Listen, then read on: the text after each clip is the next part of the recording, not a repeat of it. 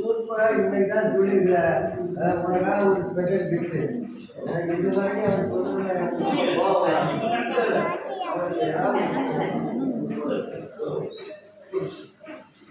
அவன் பாப்பா அழைத்து கிஃப்ட் கொடுத்தா வாங்க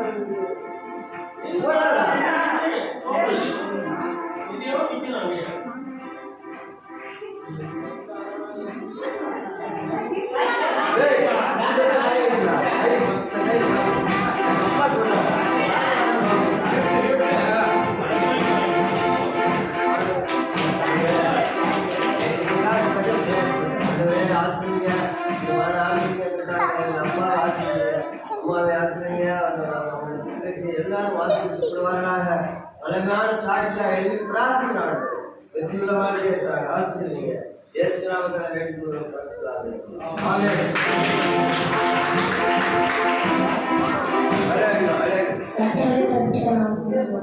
கர்த்தர் சொல்றாரு நான் கொடுக்குறேன்.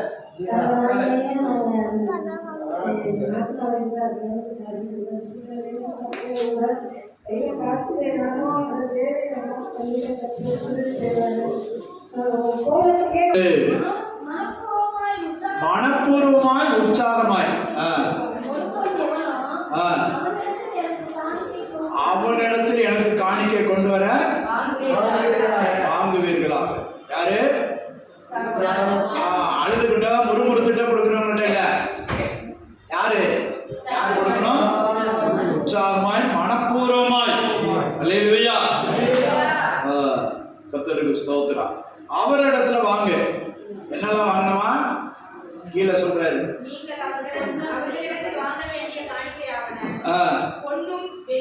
பொன்னும் வெள்ளியும் வெண்கலமும் இளநீல நூலும் ரத்தாம்பர நூலும் சிவப்பு நூலும் மெல்லிய பஞ்சு நூலும்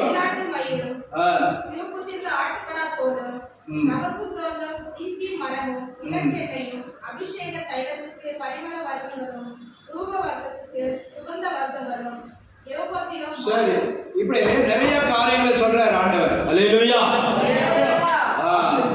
பொன்னும் வெள்ளியும், அது முதல் தேவாலயம் ஆசரிப்பு கூடாரம் கட்டும்படியாக வனாந்தரத்தில் அதை செய்யும்படியாக.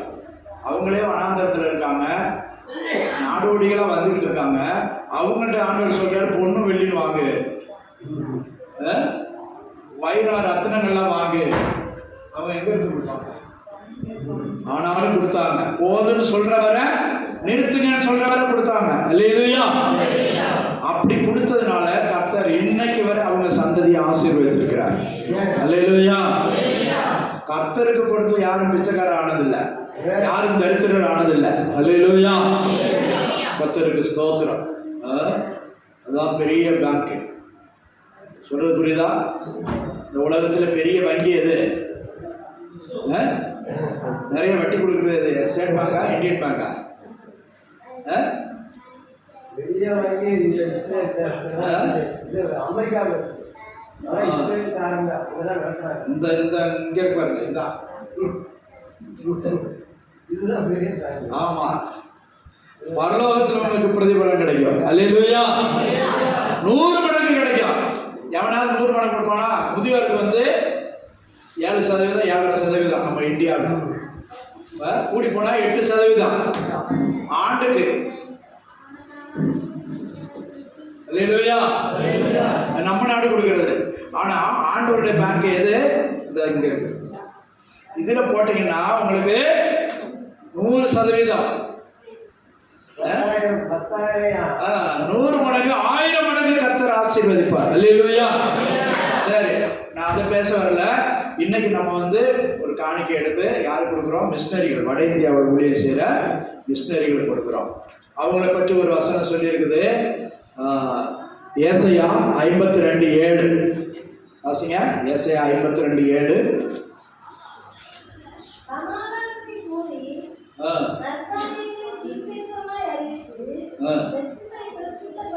ரட்சிப்பை பிரசித்தப்படுத்தி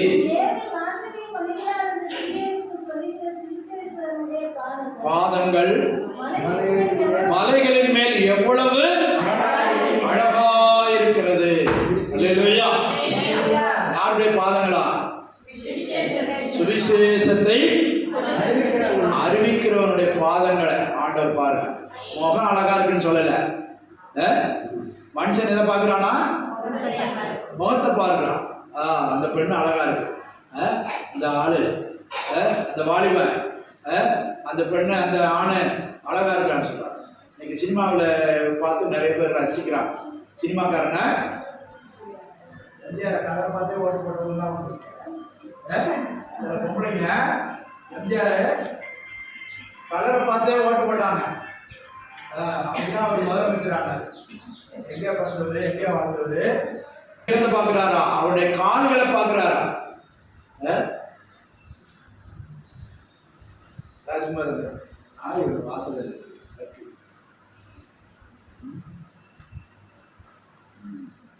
நல்ல கவனிங்க. சுவிசேஷருடைய பாதங்கள் எவ்வளவு அழகா இருக்கிறது. நான் சிலரை பார்த்துருக்கேன், முகம் அழகா இருக்கும், காலு சொரியா இருக்கும். சிலருக்கு முகம் அழகா இருக்கும், காலு ஒரு மாதிரி சொரியா வந்து பிடிச்ச மாதிரி இருக்கும். சரி, ஆனா ஆண்டவர் பாருங்க, தனக்காய் ஓடுகிற, தன்னுடைய சுவிசேஷத்தை சுமந்து திரிகிற சுவிசேஷகருடைய பாதங்கள் மலைகளின் மேல். அல்லேலூயா. சுவிசேஷனுடைய பாதங்கள் மலைகளின் மேல் எவ்வளவு அழகாய் இருக்கிறது. கர்த்தருக்கு ஸ்தோத்திரம். பாருங்க, ஆண்டவர் அவருடைய பாதங்களை பார்க்கிறார். சில இடங்கள்ல அவங்க தடிக்கு விழுகிறாங்க, கரடு மரடான பாதைகள். நம்ம ஊர் மாதிரி ரோடுலாம் இல்லை. நம்ம ஊர் மாதிரி வட இந்தியாவில் ஊழியம் செய்கிறாங்க. மலை ஜாதிகள் மத்தியில், காட்டுவாசிகள் மத்தியில், சரியா துணி உடுத்தாதவங்க மத்தியில், படிப்பறிவு இல்லாதவங்க மத்தியில், நாகரிகம் இல்லாதவங்க மத்தியில், சரியான உணவு இல்லை, ஏதோ காட்டில் உள்ள இலைதலைகளை கிழங்குகளை பறித்து சாப்பிட்றாங்க, அங்கே உள்ள எதையோ இது பண்ணுறாங்க. அப்படிப்பட்ட ஒரு மத்தியில் அவர்களுக்கு போய் கல்வி, சுகாதாரம், அப்புறம் சுவிசேஷம். அல்லேலூயா. இன்னைக்கு நம்ம மிஷினரிகள் போனதுனால நிறைய பேர் மலைவாசிகள் படிச்சிருக்காங்க, மலைஜாதி மக்கள் படிச்சிருக்காங்க, நல்லா துணி கொடுக்குறாங்க. அவங்களுக்கு துணி கொடுத்த சொல்லி கொடுத்தது யாரு? அரசாங்கம் இல்லை, மிஷினரிகள். அல்லேலூயா. அவங்க தொழில், பிரதான தொழில் எதுன்னா சாராயம் காய்ச்சல். பிரதான தொழில். ஆமா, வேற வேலையே இல்லை அவங்களுக்கு, வருமானம் இல்லை. காட்டுல ஏதாவது இது 100 ரூபாய் பார்க்கறது பெரிய காரியம். அதனாலதான் வட இந்தியாக்காரனா இங்க வர்றான் வேலை தேடி. மெட்ராஸுக்கு போனா, தமிழ்நாட்டுக்கு போனா, கேரளாவுக்கு போனா நல்ல வருமானம் கிடைக்கும். அல்லேலூயா. கர்த்தருக்கு ஸ்தோத்திரம். அப்போ அவங்கள போய் மனுஷரா மாத்தினது மிஷினரிகள், நம்முடைய மிஷினரிகள். அந்த காலத்துல வெள்ளக்காரன் நம்ம நாட்டுக்கு வந்ததுனாலதான் நம்ம இன்னைக்கு பேண்ட் ஷர்ட்லாம் போட்டிருக்கோம். இல்லைன்னா போன தான் எடுத்துருக்கோம். சொல்றது புரியுதா? சோப்பு, சூப்பு, சுவிசேஷம். வெள்ளக்காரன் எதெல்லாம் கொண்டு வந்தாங்க? முதல்ல நம்ம சும்மா அவன் பிள்ளைங்க எல்லாம் மூவ் படிச்சுக்கிட்டு சரியான ட்ரெஸ் இல்லாம அரைவரை ஆடையோட இருந்தாங்க. அதான் முதல்ல சோப்பு கொடுத்தான். சோப்பு எதுக்கு? போட போய் குளத்துல போய் குளிச்சுட்டு வா, ஏரியில போய் குளிச்சுட்டு வா. அப்புறம் சூப்பு. சூப்புனா என்னது? கோதுமை மாவு, பால் பவுடர் இதெல்லாம் கொண்டு வந்து கொடுத்தாங்க. நல்லா சாப்பிடு, மெலிஞ்சு போயிருக்க, கண்ணு தள்ளி போயிருக்கு, மண்டை இருக்க, வயிறு இருக்காது, காலையெல்லாம் சூப்பி போயிருக்கும். அவங்களுக்கு அவங்க நாட்டில இருந்து கோதுமை பவுடரு, பால் பவுடரு இதெல்லாம் கொண்டு வந்து கொடுத்தாங்க. அதான் சோப்பு கொடுத்தாங்க. குளிச்சுட்டு வாடா, நீட்டாரு, சுத்தமாயிரு, குளிக்க சொன்னாங்க. டெய்லி காலையில குளி. அதான் இப்ப நம்மளாம் காலையில் குளிக்கிறோம். சுத்தமா இருப்பதற்கு, குளிப்பதற்கு, ஆரோக்கியமா இருப்பதற்கு சொல்லி கொடுத்தாங்க. ரெண்டாவது வஸ்திரம் இப்படித்தான் உடுத்தணும் அப்படின்னு சொல்லி கொடுத்தாங்க. சூப்புன்னா என்னது? ஆகாரம். இன்னைக்கு இந்தியாவில் தேயிலை வந்துருக்குது. நம்மளாம் டீ குடிக்கிறோம். அந்த தேயிலைய வெள்ளைக்காரங்க வெளிநாட்டிலிருந்து கொண்டு வந்தான். நீங்கள் இந்த மலையெல்லாம் சும்மா போடாதீங்க, இதை நட்டு பிடிப்பிச்சீங்கன்னா உங்களுக்கு ஒரு தொழில் உண்டாகும். இப்போ இன்னைக்கு என்ன செய்கிறோம்? நம்மளும் குடிக்கிறோம், ஏற்றுமதியும் பண்ணுறோம். அல்லேலூயா. இந்த தேயிலையெல்லாம் இங்கே கொண்டு வந்து நட வச்சவன் வெள்ளைக்காரன். நமக்கு பள்ளிக்கூடம் கட்டி கொடுத்தவன் படிக்கணும்னு சொல்லி அந்த காலத்தில் பிராமணன் தான் படிக்கணும். குறைஞ்ச ஜாதி படித்தான்னா அவன் காற்றுல ஈயத்தை காய்ச்சி ஊற்றணுமா? யார் சொன்னது? ஆரியர்கள். ஆரியர்கள் சொன்னது குறைஞ்ச ஜாதிக்காரன் படிக்கக்கூடாது, சரியா உட்காரக்கூடாது சேர்ல. அவனோட அவனோட சரிக்கு சமமா உட்காரக்கூடாது, நல்ல துணி உடுத்தக்கூடாது. இன்னும் பார்த்தோம்னா பெண்கள்லாம் மேலே போடக்கூடாது. அந்த மாதிரி இருந்துச்சு. அதுக்கு தனி வரி கட்டணுமா? அல்லேலூயா. கன்னியாகுமரியில் இருந்துச்சு.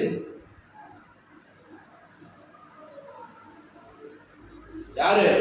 நாடார் பெண்களை, நாடார், ஈழவர், பல விதமான ஜாதிகள். இது மேல துணி போடக்கூடாது. துணி போட்டால் அதுக்கு தனியாக வரி கட்டணுமா? அப்படி வச்சிருந்தாங்க. இதெல்லாம் வெள்ளைக்காரங்க மிஷினரிகள் வந்து தான், நம்ம ஊழியர்கள் வந்து தான் என்ன செஞ்சாங்க? இந்த சட்டத்தெல்லாம் எடுத்து போட்டாங்க. அப்புறம் உடன்கட்டை ஏறுதல். புருஷன் செத்து போனா உடனே சேர்த்து எரிச்சிருவாங்க. கொண்டாடி சேர்த்து எரிச்சிருவாங்க. அவளுக்கு இஷ்டம் இல்லைன்னு பிடிச்சி தள்ளி விட்டுருவாங்க.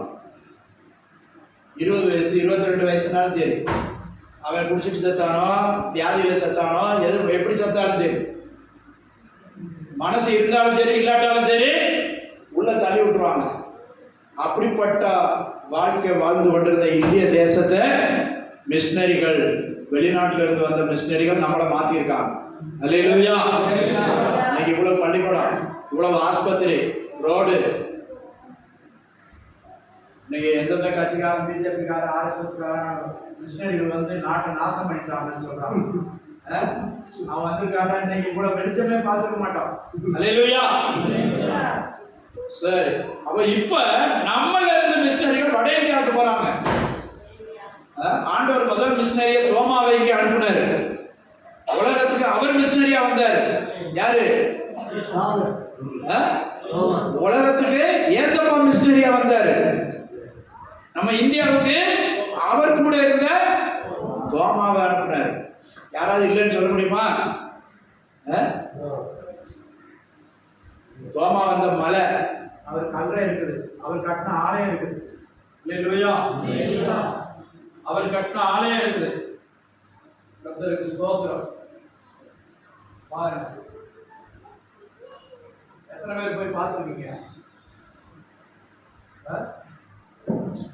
தோமா கட்டின ஆலயம், சென்ட் தாமஸ் மவுண்ட் சொல்லி. சரி, அல்லேலூயா. கன்னியாகுமரியில் அவர் கட்டின ஆலயம் 2000 வருஷம் ஆகும்போது அவர் கட்டின ஆலயம் இருக்கு. யாராவது இல்லை சொல்ல முடியுமா? அவங்க ஏதாவது சாட்சி இல்லைன்னா, கட்டணங்கள் இல்லைன்னு அடிச்சுப்பாங்க. அவர் வரவில்லை, புத்தலாட்டம் போய் சொல்லியிருப்பாங்க. ஆனால் எல்லாருக்கும் அவர் கலந்து வர இருக்குது. அல்லேலூயா. மிஷினரியோட தியாகம் தான் இன்னைக்கு நம்ம வெள்ளை மூலமா இங்க நிக்கிறோம். அல்லேலூயா. அவங்க தான் முதல்ல பேண்ட் போட்டாங்க. வெள்ளைக்காரன் தான் முதல்ல பேண்ட் போட்டது. ஸ்தோத்திரம். அவன் கண்டுபிடிச்ச பேண்ட் சட்டை எல்லாத்தையும் போட்டுட்டு அவனே இன்னைக்கு என்ன செய்யறாங்க? தூஷிக்கிறாங்க. அல்லேலூயா. சரி, போட்டோம். உலகம் பேசுகிறார். ஆனால் கர்த்தர் என்ன சொல்றாரு? சுவிசேஷருடைய பாதங்கள் எவ்வளவு அழகாய் இருக்கிறது. அல்லேலூயா. கர்த்தருடைய பார்வையில நம்ம அழகா இருக்கணும். பவுடர் போட்டு, லிப்ஸ்டிக் போட்டு, நெத்தியில பொட்டு வச்சு, மண்டையில பூ வச்சு அப்படியே அழகா இருக்கிறது இல்ல. ஸ்ப்ரே அடிச்சு அழகா இருக்கிறது இல்ல. நடந்து நடந்து நடந்து நடந்து காலெல்லாம் செவந்து இருக்குது. அல்லேலூயா. அந்த பாதங்களை பார்த்துதான் என்ன சொல்றாரு? விசேஷனுடைய பாதங்கள் எவ்வளவு அழகாக இருக்கிறது. அல்லேலூயா. ஆசிரியர் திரும்ப எஸ்ஐயா 52:7 சமாதானத்தை கூறி நற்காரியங்களை நல்ல காரியங்களை மற்றவங்களுக்கு நம்ம ஆளுநர் என்ன இருப்பாங்க, எங்களுக்கு ஓட்டு போடுங்க நாம அப்படியே எல்லாத்தையும் தலைகளா மாத்திடுவோம். இப்ப சட்டம் இல்ல இப்ப வருவாங்களா, அப்படி பஞ்சாயத்து எலெக்ஷன் வருவாங்க. சரி, ஆண்டவர் என்ன சொல்றாரு? நற்காரியங்களை சுவிசேஷமாய் அறிவித்து ரட்சிப்பை பிரசித்தப்படுத்தி தேவன் ராஜரீகம் பண்ணுகிறார் என்று சீயோனுக்கு சொல்லுகிற சுவிசேஷனுடைய பாதங்கள் மலைகளின் மேல் எவ்வளவு அழகாய் இருக்கிறது. அல்லேலூயா, அல்லேலூயா. அவன் மலைகளை நடந்து தெரிகிறான். போன வருஷம் நான் ஜார்க்கண்ட் போனேன், கல்கத்தா பக்கத்துல. இந்த வருஷம் குஜராத்துக்கு போனேன். எல்லாம் மலையில தான் போனேன், மலை மேடுகள் இல்லை. இன்னைக்கு அவங்க மலை மேடுகள் ஒவ்வொரு சில்வ தெரியுது. 25 வருஷமா கஷ்டப்பட்டு எத்தனை பேருடைய நல்லதே அங்கே இருக்குது. அவங்க நெற்பாடி கூட இங்கே வரல. நாங்க இங்கே சாகுறோம், உங்களுக்காக இங்கே சாகுறோம், இங்கே நாங்க அடக்கப்படப்படுகிறோம் அப்படின்னு சொல்லி நிறைய மிஷனரிகள் கல்லறை அங்கே இருக்கு. கர்த்தருக்கு ஸ்தோத்திரம். பிரியமானவர்களே, நாம் இந்த நாட்கள்ல சரியா சிந்தித்து பாருங்க. நமக்கு சுவிசேஷம் வந்தது, நம்மளை கர்த்தர் ரட்சித்திருக்கிறார், நம்மளை ஆண்டவர் ஒரு பிரகாசம் தந்திருக்கிறார். அதான் நற்காரியங்களை சுவிசேஷமாய் கூறி ரட்சிப்பை பிரசித்தப்படுத்தி உன் தேவன் ராஜரீகம் பண்ணுகிறார், தேவன் ஆளுகிறார் என்று சொல்லி நடந்து தெரிகிற சுவிசேஷனுடைய பாதங்கள் எவ்வளவு அழகாக இருக்கிறது. நம்ம கோடி கோடியா சம்பாதிச்சாலும் இங்க எல்லாம் விட்டுருக்கோம். 10 ரூபாயாவது யாராவது போகும்போது கொடுத்துருக்காங்க, கொண்டு போக முடியாது. எல்லாம் எவ்வளவு தேடி வச்சாலும் கோடி கோடியா சம்பாதிச்சாலும் இங்கே விட்டுட்டு தான் போகணும். ஆனால் கர்த்தருடைய ஊழியத்தை செய்கிறவர்களுக்கு பிரதிபலன் பெரிதாக இருக்கும். கர்த்தருக்கு ஸ்தோத்திரம். அவருடைய பிரதிபலன் பெரிதாக இருக்கும்.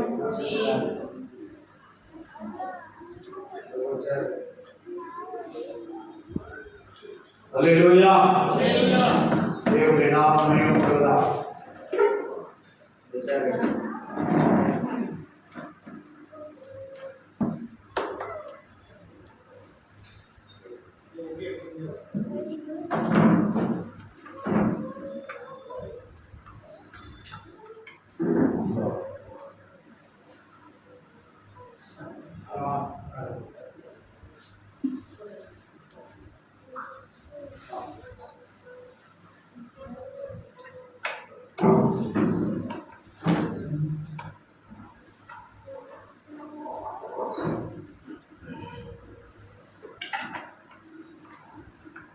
அல்லேலூயா. கர்த்தருடைய பரிசுத்த நாமம் மகிமைப்படுவதாக. நம்ம என்ன வாசித்தோம்? சமாதானத்தை கூறி வாசிங்க. சமாதானத்தை கூறி நற்காரியங்களை சுவிசேஷமாய் அறிவித்து ரட்சிப்பை பிரசித்தப்படுத்தி உன் தேவன் ராஜரீகம் பண்ணுகிறார் என்று சீயோனுக்கு சொல்லுகிற சுவிசேஷனுடைய பாதங்கள் எவ்வளவு அழகாக இருக்கிறது. அல்லேலூயா. தேவன் முகத்தை பார்க்கிறார், கர்த்தரோ இருதயங்களை பார்க்கிறார். இப்போ எதை பார்க்கிறாரா? பாதங்களை பார்க்கிறார். அல்லேலூயா. மலைகளிலும் காடுகளிலும் நடந்து திரிந்து நற்காரியங்களை சுவிசேஷமாய் அறிவித்து ரட்சிப்பை பிரசித்தப்படுத்தி தேவன் ராஜரீகம் பண்ணுகிறார் என்று முதல்ல நமக்கு நம்முடைய முன்னோர்களுக்கு இங்கே சொல்லப்பட்டது. இப்போ நம்முடைய மிஷனரிகள், நம்முடைய சகோதரர்கள் தமிழ்நாட்டில இருந்து நம்முடைய அண்ணன்மார் அக்காமார் வட இந்தியாவில் போய் நம்முடைய ஜீவனை தியாகம் பண்ணி, அதில் சொல்ல போனா அவங்க பிள்ளைகளை கூட எங்க விட்டுருக்காங்க, சின்ன பிள்ளைகளை 5 வயசு பிள்ளைங்களை 5 வயசு முடிச்சா திருநெல்வேலி பக்கத்துல டோனாவூர்னு ஒரு ஊர், அங்க கொண்டு விட்டுட்டு அவங்க அங்க ஊழியம் செய்யறாங்க. ஏன் காடு மலைகள்ல பிள்ளைங்களை வச்சுட்டு போக முடியாது. சில நேரம் மிட் நைட்ல வருவாங்க, ராத்திரில வருவாங்க. அவனுக்கு பள்ளிக்கூடத்துக்கு கொண்டு போகணும், கூட்டிட்டு வரணும். அப்ப இவங்க ஊழியம் செய்யறது எப்படி? அதனால நம்முடைய மிஷனரி ஸ்தாபனத்துல இப்படி ஒரு சட்டம் வச்சிருக்காங்க. 5 வயசு முடிஞ்சா அவங்க பிள்ளைங்களை எங்க கொண்டு போயிடணும், ரோனாவூர்ல கொண்டு போயிடணும். அவங்க 2000-3000 கிலோமீட்டர் அந்த பக்கம் இருக்காங்க. நீங்கெல்லாம் எப்படி பிள்ளைங்களை சாயங்காலம் பிள்ளைங்க வராட்டா உங்களுக்கு எப்படி இருக்கும்? கொஞ்சம் லேட் ஆயிடுச்சு, பஸ் லேட் ஆயிடுச்சு, இன்னும் வரக்கானுங்க, பிள்ளைங்க வரக்கானுங்க, மனசு பதவதிக்குது. அவங்க வருஷத்துக்கு ஒரு கதை பார்க்கறாங்க. அல்லேலூயா.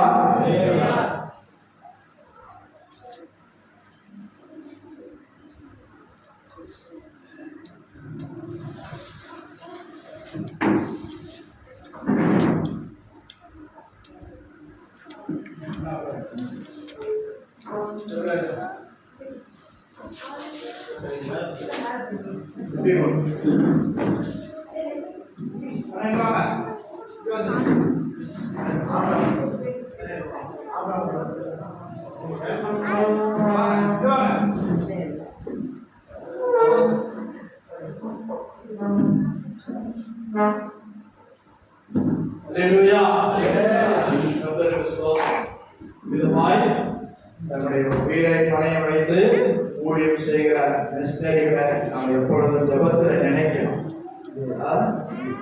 அங்கே உள்ள சூழ்நிலைகளை சொன்னேன். இங்கே காட்டுவாசிகள், மலை ஜனங்கள், அவங்க எப்படின்னா 15 வயசுலேயே கல்யாணம் பண்ணிக்கிறாங்க. சில பிள்ளைங்களுக்கு 15 வயசு குழந்தை சொல்லுவாங்க.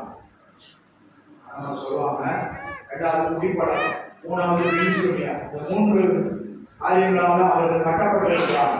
அவங்களுக்கு சுவிசேஷத்தை அறிவித்து அவருடைய வாழ்க்கையை ஜீவிதத்தையே மாற்றிக் கொண்டிருக்கிறார். அல்லேலூயா. கர்த்தருக்கு ஸ்தோத்திரம். அப்படிப்பட்ட இடங்களில் ஊழியம் செய்கிறார் நம்முடைய மிஷனரிகளுக்காக தொடர்ந்து நாம் ஜெபிப்போம், அவர்களை தாங்குவோம். ஓ அல்லது கொடு, நம்முடைய நாளைய மந்திரம் இதுதானே. ஓ அல்லது அனுப்பு. உங்க பிள்ளைகளை அனுப்புங்க, ஆண்டவர் உங்களை ஆசீர்வதிப்பார், உங்க பிள்ளைகளை அவங்களுடைய எதிர்காலங்களை ஆசீர்வதிப்பார். அல்லேலூயா.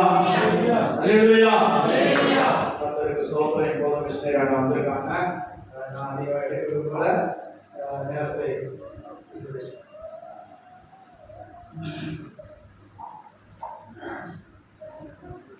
நம்முடைய ஆவடி பணி மாவட்டத்தின் ஜெப ஒருங்கிணைப்பாளர் அண்ணன் ஜெபராஜ் நம்முடைய மிஷனரியாக இன்ட்ரோடியூஸ் பண்ணுவாங்க. அதுக்கப்புறமாக அவர்கள் வாயிலிருந்து அருமையான செய்திகளை நாம் கேட்கிறோம்.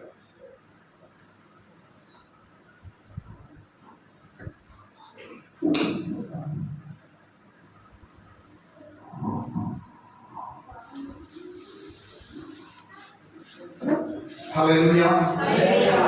அன்பர் சுவிசேஷ ஜெபக்குழுவின் சார்பாக உங்கள் அனைவருக்கும் எங்களுடைய இயக்கத்தின் சார்பாக கிறிஸ்துமஸ் நல்வாழ்த்துக்களையும் புத்தாண்டு நல்வாழ்த்துக்களையும் உங்களுக்கு நாங்கள் தெரிவித்துக் கொள்கிறோம். ஹல்லேலூயா. அன்பர் சுவிசேஷ ஜெபக்குழுவை பற்றி உங்களுக்கு அனைவருக்கு தெரிந்திருந்தாலும் ஒரு சில வார்த்தைகளை நாங்கள் இந்த இடத்திலே கூறுவதற்கு கடமைப்பட்டிருக்கிறோம். நம்முடைய நண்பர் சுவிசேஷ ஜெபக்குழு 1947 வருடத்திலே இந்திய தேசம் சுதந்திரப்பட்ட பின்பு இந்திய தேசத்திலே வெளிநாட்டு மிஷனரிகள் இருக்கக்கூடாது என்று இந்திய தேசம் கருதினபடியினாலே அவர்களை தங்களுடைய சொந்த நாட்டுக்கு அனுப்பினபடியினாலே அவர்கள் கண்ணீரோடு ஒரு காரியத்தை செய்தார்கள். நாங்கள் செய்து வந்த இந்த மிஷனரி பணிகளை இனி யார் செய்வார்கள் என்று சொல்லி கண்ணீரோடு ஜெபித்ததின் காரணமாக முத்துநகர் என்று சொல்லப்பட்ட தூத்துக்குடி மாவட்டத்திலே ஒரு சில இளைஞர்களால் கூடி ஜெபித்த இந்த மிஷனரி ஸ்தாபனம் இன்றைக்கு இந்திய தேசத்தில் மாத்திரமல்ல, ஏசியாவிலேயே பெரிய ஒரு மிஷனரி ஸ்தாபனமாக உருவெடுத்து வலது கைக்கும் இடது கைக்கும் வித்தியாசம் தெரியாத ஜனங்களிடத்திலே ஊழியம் செய்து வருகிறது. ஹல்லேலூயா. ஒரு முறை கூட இயேசு கிறிஸ்துவை குறித்து கேள்விப்பட்டிராத ஜனங்கள் மத்தியிலே சென்று மலைகளிலும் குகையிலும் குன்றுகளிலும் வாழ்கிற மக்கள் மத்தியிலே சென்று அவர்களோடு இருந்து அவர்களுடைய மொழிகளை கற்றுக்கொண்டு அவர்களுடைய கலாச்சாரங்களை கற்றுக்கொண்டு என்ன எதிர்ப்புகள் வந்தாலும், அதாவது அவர்களுக்கு உணவு ஒத்துக்கொள்ளாவிட்டாலும், கால சூழ்நிலைகள் ஒத்துக்கொள்ளாவிட்டாலும், குடும்பத்தின் நிமித்தம் அவர்களுடைய பாடுகள் நெருக்கப்பட்டாலும் அதையெல்லாம் ஒரு பொருட்டு என்று எண்ணாமல் நம்முடைய நண்பர் சுவிசேஷ குழு மிகப்பெரிய ஒரு பணியை செய்து வருகிறது. அந்த பணி நிமித்தம் இந்திய தேசத்திலே கர்த்தர் மிகப்பெரிய ஒரு அறுவடையை நமக்கு கொடுத்திருக்கிறார். ஹல்லேலூயா. நம்முடைய நண்பர் சுவிசேஷ ஜெபக்குழு 24 மாநிலத்திலும் 2 யூனியன் பிரதேசங்களிலும் கர்த்தருடைய பணியை மிக அற்புதமாக செய்து வருகிறார்கள். முக்கியமான ஒரு காரியத்தை நான் இந்த இடத்திலே கூறிக்கொள்ள ஆசைப்படுகிறேன். நம்முடைய நண்பர் சுவிசேஷ ஜெபக்குழு வெளிநாட்டில் இருந்து வருகிற பணத்தை எதிர்பார்த்து ஊழியம் செய்யக்கூடிய ஒரு ஊழியம் அல்ல. ஹல்லேலூயா. காசுக்காக ஊழியம் செய்யக்கூடிய ஒரு இயக்கம் அல்ல. இயேசுவுக்காய் ஊழியம் செய்யக்கூடிய ஒரு இயக்கம். வெளிநாட்டு காசு என்பது நீங்கள் தவறாக நினைத்து விடக்கூடாது. அதாவது வெளிநாட்டுக்காரர்கள் கொடுக்கக்கூடிய காசை நாம் கொடுவதில்லை. அதாவது நம்முடைய முழு நேர மிகப்பெரிய ஒரு பணி என்னவென்றால், இந்திய தேசம் ரட்சிக்கப்பட வேண்டும் என்றால் இந்தியர்களை கொண்டு சுவிசேஷம் சொல்ல வேண்டும். இந்தியர்களை கொண்டு, இந்தியர்களுடைய பணத்தை கொண்டு இந்தியர்களுக்கே சுவிசேஷம் சொல்ல வேண்டும் என்பதுதான் நம்முடைய நண்பர் சுவிசேஷ ஜெபக்குழு மிகப்பெரிய ஒரு வழியாகும். உலகத்திலேயே மிகப்பெரிய ஆயுதம் எதுவென்று கேட்டால் அது முழங்கால் ஜெபம்தான். அதுதான் இந்த நண்பர் சுவிசேஷ ஜெபக்குழுவின் மிகப்பெரிய வழியாக காணப்படுகிறது. அதே நிமித்தம் நம்முடைய நண்பர் சுவிசேஷ ஜெபக்குழுவுக்கு கர்த்தர் 8,21,414 ஆத்மாக்களை ஒரே கர்த்தர் கொடுத்திருக்கிறார். 1000 மிஷனரிகளை கர்த்தர் நம்முடைய பணிக்காக கொடுத்திருக்கிறார். ஊழியர் பணிக்காக 1492 சுதேச ஊழியர்களை கர்த்தர் கொடுத்திருக்கிறார். இந்த சுதேச ஊழியர்கள் யார் என்று கேட்டீர்களால், நாம் இங்கிருந்து வடதேசத்திற்கு சென்று பழங்குடியின மக்கள் மத்தியிலே நாம் பணி செய்கிறோம் அல்லவா, நம்மளால் பழங்குடியின மக்கள் மத்தியிலே உருவாக்கப்பட்ட இந்த சுதேச ஊழியர்கள் தான் இந்த 1492 சுதேச ஊழியர்கள். இந்த டேட்டா நான் கொடுக்குற டேட்டா பார்த்தீங்க அப்படின்னா, இது அக்டோபர் மாதம் வரையிலுள்ள டேட்டா. இன்றைய தினத்திலே அதிகமாக இருக்கும். இதுவரை நம்முடைய ஆலயங்கள் 1649 ஆலயங்களை நாம் கட்டியிருக்கிறோம். சரியா? 71 சிறுவர் விடுதிகளை நாம் பராமரித்து 71 சிறுவர் விடுதிகளை நாம் கட்டி 21 பள்ளிக்கூடங்களை நாம் உருவாக்கி அந்த பள்ளிக்கூடங்களிலே 16,508 சிறுவர்களை நாம் பராமரித்து வருகிறோம். சரியா? அதாவது அநேக இன ஜாதி மக்கள் மத்தியிலே அவர்களுக்கு எழுத்து வடிவம் கிடையாது, மொழி பேசுவது உண்டு. நம்முடைய இந்திய தேசத்தில் கூட நீங்கள் பார்த்தீர்களானால் சௌராஷ்டிரா என்ற பாஷை பேசக்கூடியவர்கள் புதுக்கோட்டை, தஞ்சாவூர், மதுரை போன்ற பகுதிகளில் அநேகர் காணப்படுவார்கள். அவர்களுக்கு எப்பொழுதுதான் அவர்களுடைய மொழியிலே எழுத்து வடிவம் கொடுக்கப்பட்டிருக்கிறது. அதே போல நம்முடைய இந்திய தேசத்திலே எழுத்து வடிவம் இல்லாத அநேக மக்கள் மத்தியிலே அவர்களுக்கு இயேசு கிறிஸ்துவை குறித்து சொல்வதோடு மாத்திரம் நிறுத்தி விடாமல் அவர்களுடைய மொழியிலே 16 மொழிகளிலே வேதாகமத்தை மொழிபெயர்த்து கொடுத்திருக்கிறது நண்பர் சுவிசேஷ ஜெபக்குழு. ஹல்லேலூயா. அது மாத்திரமல்ல, அதோடு சேர்ந்து மருத்துவ பணி, சமுதாய பணி, இன்னும் அநேக 30 வகையான ஊழியர்களை இந்த நண்பர் சுவிசேஷ ஜெபக்குழு செய்து வருகிறது. நீங்கள் அறிந்திருக்கிற பிரகாரம், ஒருவேளை உங்களுக்கு தெரியுமா தெரியாதா என்று தெரியவில்லை, நம்முடைய இந்திய தேசத்திலே ஐயா சொல்லியிருப்பாங்க, நம்முடைய இந்திய தேசத்திலே 10 மாநிலங்களிலே மதமாற்ற தடை சட்டம் உள்ளது. அந்த 10 மாநிலங்களிலும் கூட நம்முடைய நண்பர் சுவிசேஷ ஜெபக்குழு இதுவரை முன்வைத்த காலை பின்வைக்காமல் ஆத்தும அறுவடைக்காக முதலாளிலே நின்று ஹல்லேலூயா இன்று வரை அறுவடை செய்து வருகிறது. எல்லாவித எதிர்ப்புகள் அந்த இடத்திலே உண்டு. தினமும் பொய் வழக்குகள் உண்டு. மத்திய பிரதேசத்திலே பல வாரங்களுக்கு முன்பாக நம்முடைய சுதேச ஊழியர்களை பிடித்து ஜெயிலிலே போட்டார்கள். அரசு வகையில் அந்த இடத்திலே வாதாடின போது இவர்கள் இந்த இடத்திலே மதம் மாற்றுகிற வழியினாலே இவர்களுக்கு 10 ஆண்டு வரை கடுங்காவல் தண்டனை விதிக்க வேண்டும் என்று சொல்லி மிகப்பெரிய ஒரு வாதத்தை அந்த இடத்திலே வைத்தார். ஆனால் உங்களுடைய ஜபம், உங்களுடைய முழங்கால் யுத்தம் ஐயா நம்முடைய நண்பர் சுவிசேஷ ஜபக்குழுக்கு மிகப்பெரிய ஒரு முதுகெலும்பு இல்லையா?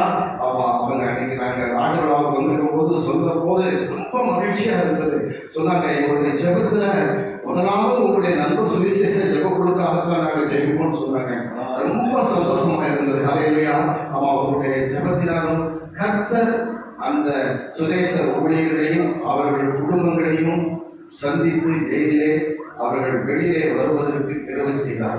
குறிப்பாக நீங்கள் நண்பர் சுவிசேஷ ஜெபக்குழுவுக்காக தொடர்ந்து உங்கள் ஜெபத்திலே ஜெபித்துக் கொள்ளுங்கள். சில காரியங்களை குறித்து நாங்கள் இதிலே அச்சிட்டு இருக்கிறோம். இதை உங்களுடைய கரங்களிலே நாங்கள் கொடுப்போம். இதை வைத்து உங்களுடைய தனிப்பட்ட ஜெபத்திலும் உங்களுடைய குடும்ப ஜெபத்திலும் நீங்கள் ஜெபிக்கும்படியாக உங்களை கேட்டுக்கொள்கிறோம். ஏனென்றால் அழிந்து போகிற ஆத்மாக்கள் நம்முடைய தேசத்திலே அதிகம் உண்டு. அவர்களை குறித்த கரிசனை நம்மிடத்திலே வர வேண்டும். அநேக இடத்திலே எழும்புவதில்லை, ஜெயிப்பதில்லை. யார் நம்முடைய தேசத்திற்காக திறப்பின் வாசல்களில் நின்று ஜெயிப்பது? இது யார் மேல் விழுந்த கடமை?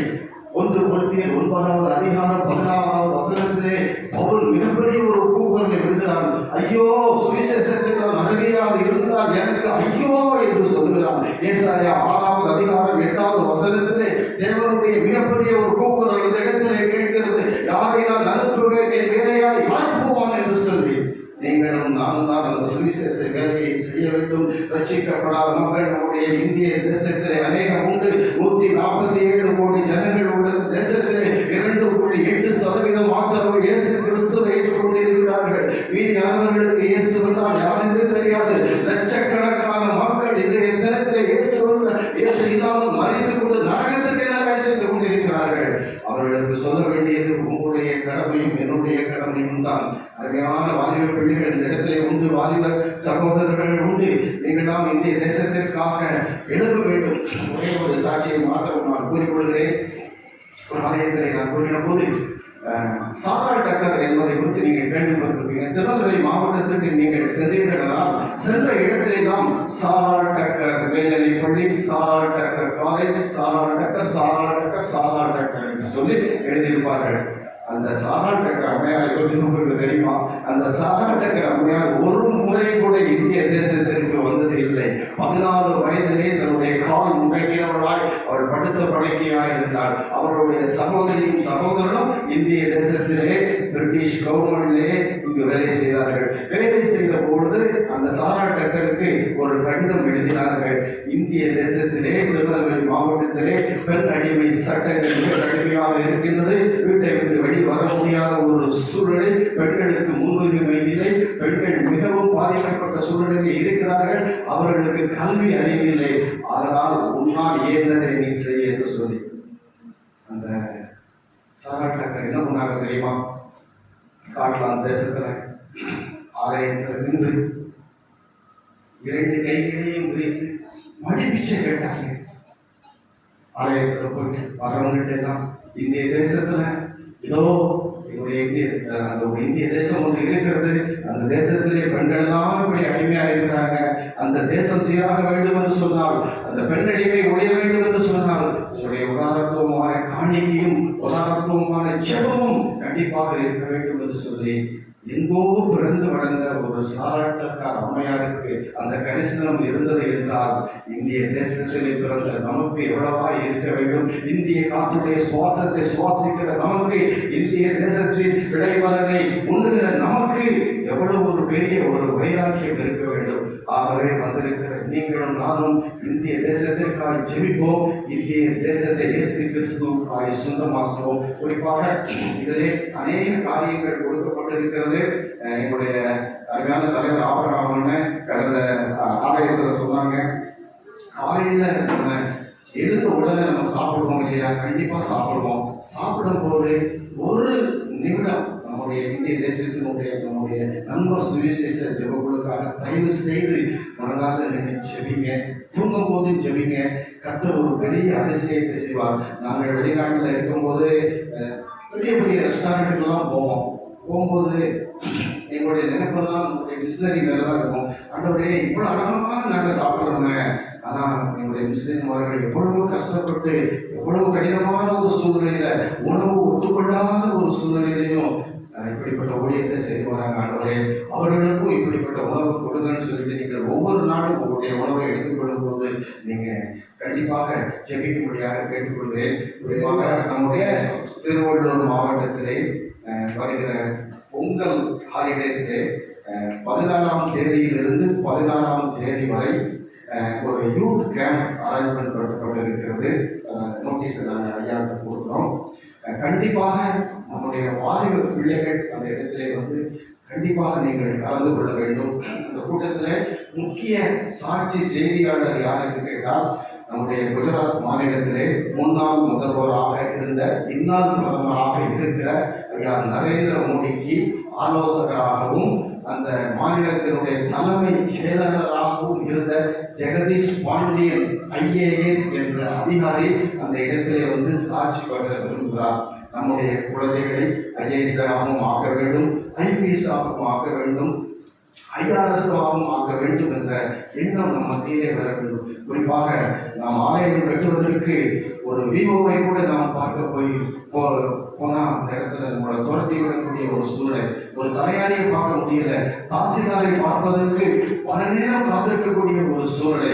இதெல்லாம் மாற வேண்டும். நம்முடைய பிள்ளைகள் கலெக்டராக மாற வேண்டும், IPS ஆக மாற வேண்டும், IRS ஆக மாற வேண்டும், தாசில்தாராக மாற வேண்டும். இப்படிப்பட்ட தரிசனத்தை கர்த்தர் நம்முடைய பிள்ளைகளுக்கு கொடுக்க வேண்டும் என்று சொன்னால், அப்படிப்பட்ட கூட்டத்திற்கு உங்களுடைய பிள்ளைகளை நீங்கள் கண்டிப்பாக அனுப்பி வைக்க முடியாது நான் கேட்டுக்கொள்கிறேன்.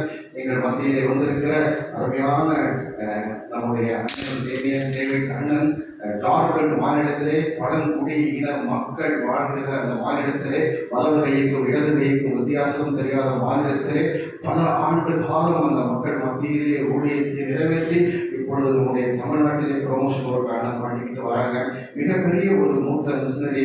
அண்ணனுடைய செய்திகளை கேட்க போதெல்லாம் அவங்க உள்ளம் உடையும். அண்ணன் ரொம்ப சாஃப்டாக தான் பேசுவாங்க. அவருடைய ஆழமான கருத்து மிகப்பெரியதாய் நமக்கு காணப்படும். ஆகவே நமக்கு கொடுத்த நம்முடைய நண்பர் சுவிசேஷ ஜபக்குழுவுக்கு அண்ணன் மிகப்பெரிய ஒரு வரப்பிரசாதம். நான் 2 வருஷமா அண்ணனை கூப்பிட்டுருக்கிறேன். தென்காசிக்கு கூப்பிடுவேன், செங்கோட்டைக்கு கூப்பிடுவேன், திருநெல்வேலிக்கு கூப்பிடுவேன். அண்ணன் எப்பவுமே பிஸி.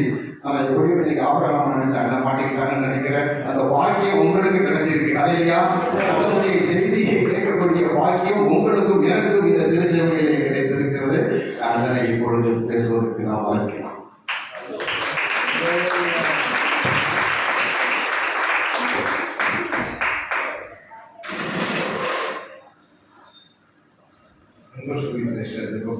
மிஷனரி பணிக்காக நீங்கள் இருக்கிற சுகங்கள், உங்களுடைய தியாகமான காணிக்கைகள், உங்களுடைய அன்பு தரிசன ஈடுபாடு எல்லாவற்றுக்காகவும் நாங்கள் ஆண்டவரை ஸ்தோத்திரிக்கிறோம். உங்களுடைய ஜெபங்களை ஆண்டவர் அங்கீகரிக்கிறார். தேசத்தின் மீட்புக்காக, ஆத்துமாக்களின் ரட்சிப்புக்காக, திருச்சபை வளர்ச்சிக்காக மேலெடுக்கிற ஜெபங்கள், நம்முடைய பிரயாசங்களுக்கு தேவன் அந்த தேசத்தில் மிகுதியான பலனை தந்து கொண்டிருக்கிறார். அதற்காக நாம் ஆண்டவருக்கு நன்றி செலுத்த வேண்டும். இந்திய திருச்சபை சரித்திரத்தில் எந்த தலைமுறையிலும் இல்லாத அளவுக்கு ஏராளமாக இன்றைக்கு ஜனங்கள் வந்து இயேசுவை சொந்த ரட்சகராக ஏற்றுக்கொண்டு வருகிறார். கிராமங்களோடு திருச்சபைகள் எழுதுகிறது. மக்களினங்கள் இன்றைக்கு இயேசுவுக்கு தங்கள் இருதயத்தை திறந்திருக்கிறார்கள். அதற்காக நாம் ஆண்டவருக்கு அதிகமாக நன்றி செலுத்த வேண்டும். சுவிசேஷம் பிரசங்கிக்கப்படுகிற எல்லா இந்தியர்களிலும் பரிசுத்த ஆவியானவர் தனது வசனத்தை அற்புதங்களினாலும் அதிசயங்களினாலும் உறுதிப்படுத்துகிறார். ஜனங்கள் இன்றைக்கு திரளாக இயேசுவை தெய்வம் என்று அறிந்து தேசம் என்று அவரை ஏற்றுக்கொண்டு வருகிறார்கள். இந்தியாவிலே நடைபெறுகிற சில சம்பவங்களை உங்களுக்கு சொல்லிவிட்டு வேத வசனத்தை உங்களோட தியானத்தை நான் சுருக்கமாக முடித்துவிட ஆசைப்படுகிறேன்.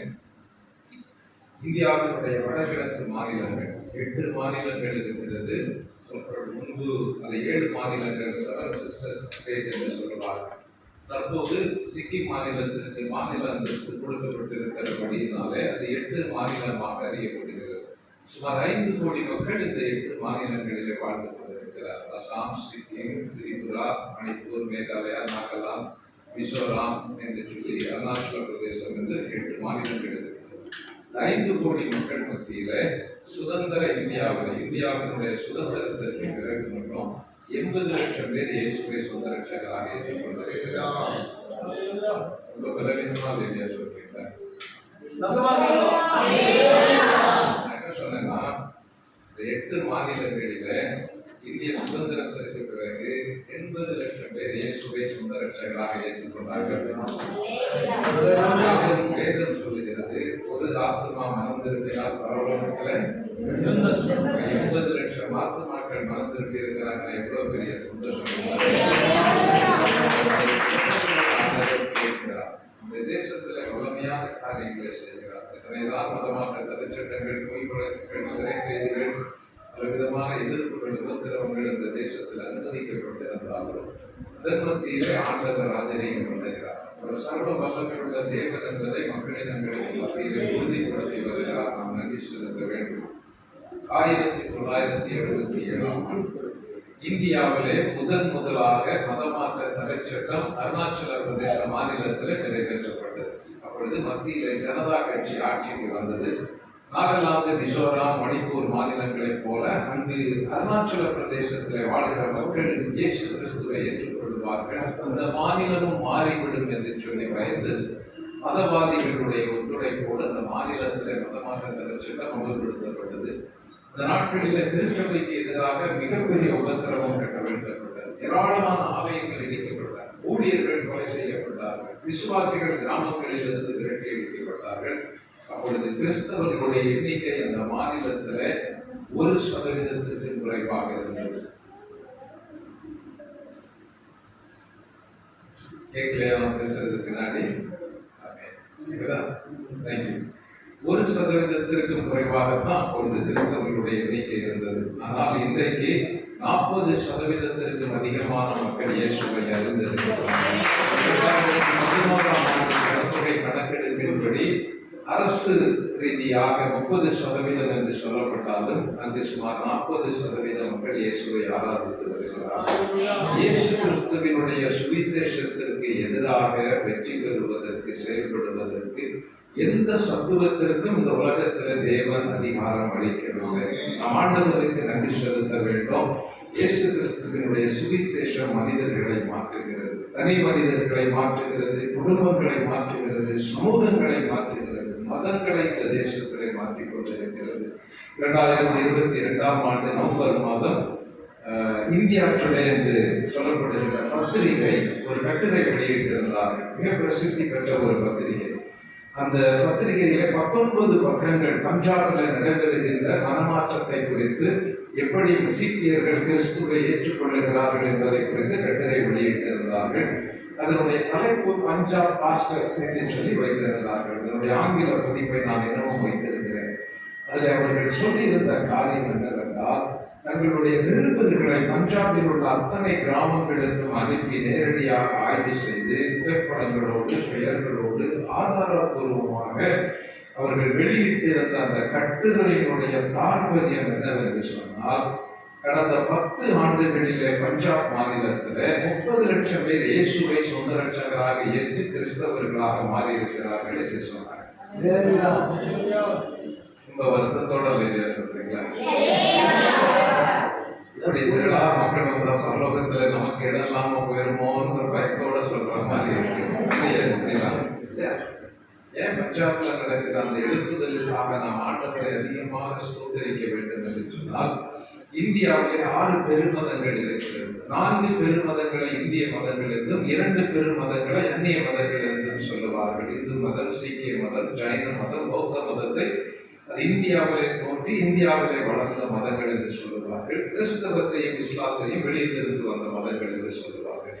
இந்த 6 பெரு மதங்களிலே ஒரு பக்தி வைராக்கியம் கொண்ட மக்கள் யார் அப்படின்னா அந்த சீக்கிய மதத்தை சேர்ந்த மக்கள்.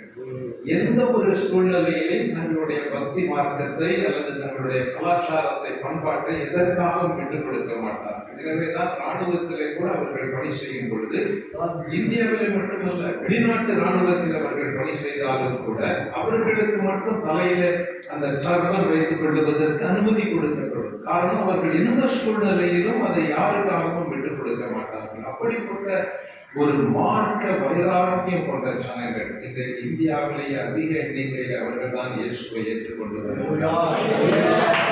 அவருடைய ஜெபங்களை ஆண்டவர் கேட்கிறார். இந்த தேசம் இயேசுவுக்கு நேராக திரும்பிக் கொண்டிருக்கிறது. இந்த தேசத்துல நீங்களும் நானும் கேள்விப்படுகின்ற இந்த மதமாற்ற சட்டச்சட்டம், இந்த கைது, பொய் வழக்குகள், சிறை கைதுகள், உபத்திரவங்கள் இவையெல்லாம் இந்த தேசத்தில் ஏற்பட்டிருக்கின்ற எழுப்புதலுக்கான அடையாளம் என்பதை நாம்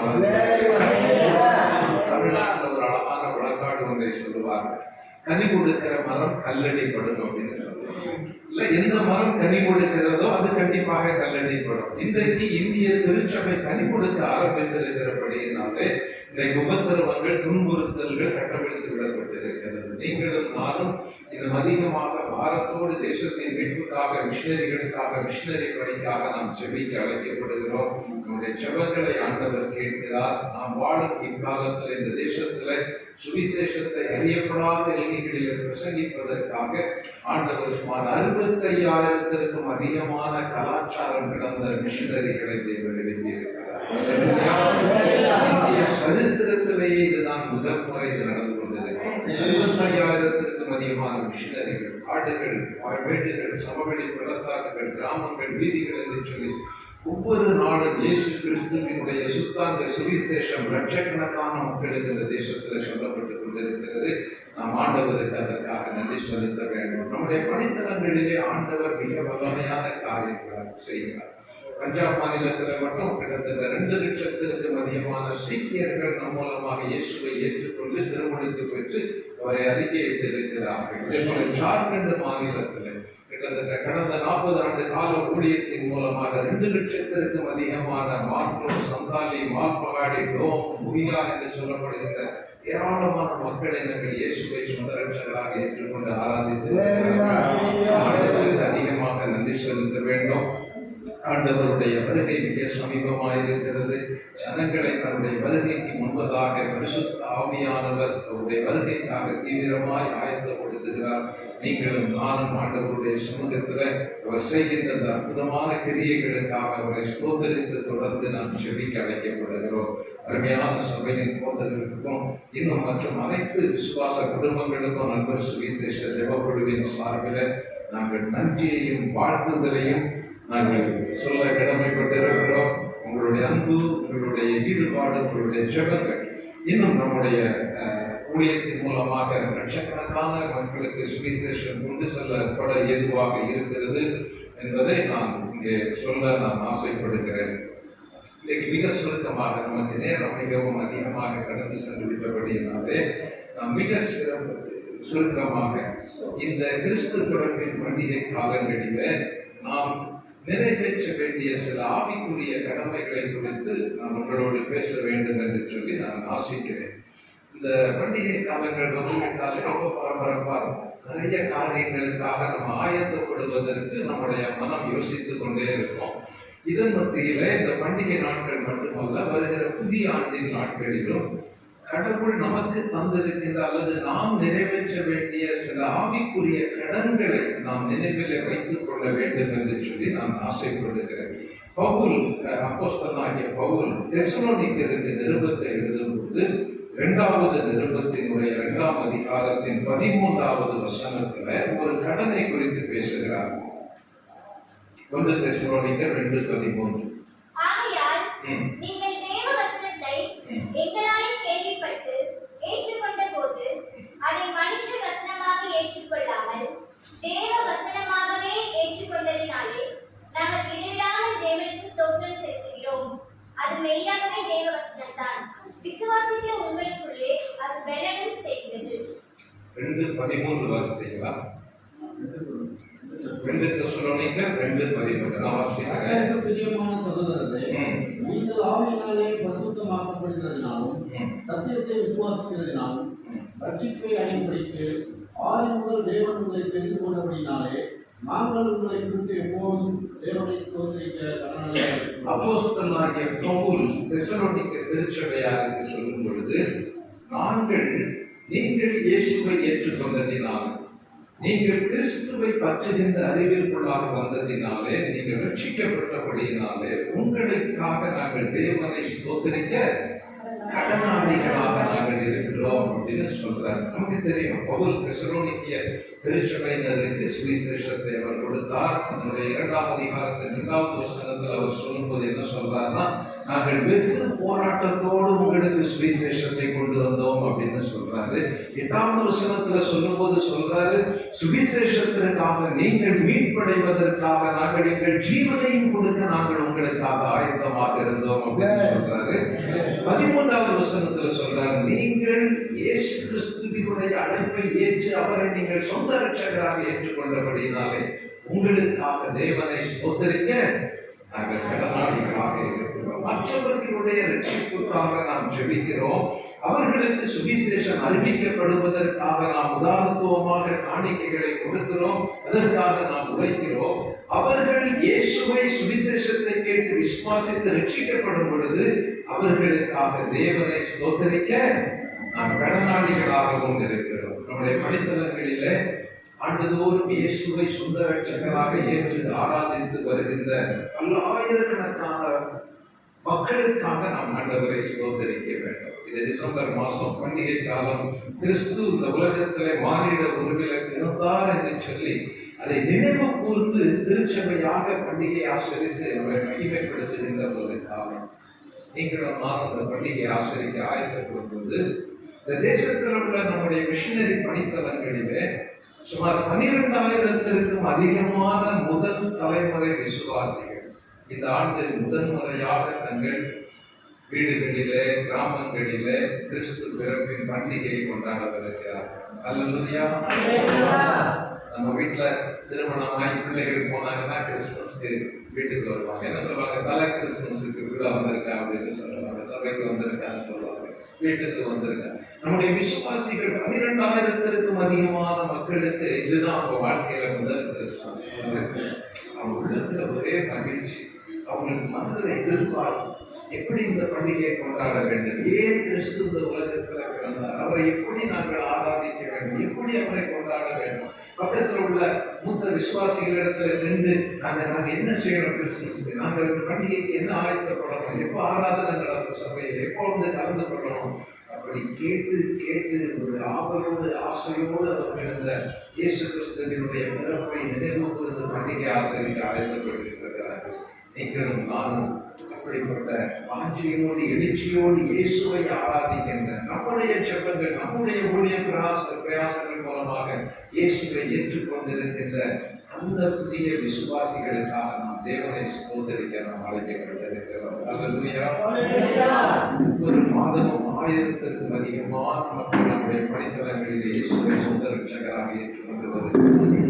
நமதற்காக தேவனை நாம் ஸ்தோத்திரிக்க கடனாளிகளாக இருக்கிறோம். ஒவ்வொரு நாளும் நம்ம அதுக்காக நன்றி சொல்கிறோம். ஒவ்வொரு நாளும் நன்றி சொல்கிறோம்.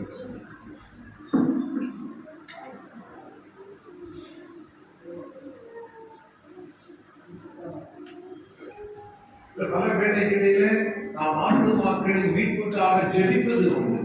கிராமங்களிலே சபைகள் எழும்ப வேண்டும் என்று ஜெபிப்பது உண்டு. ஆனால் மக்கள் இயேசுவை ஏற்றுக்கொள்ளும் போது நம்ம என்ன செய்யணும்?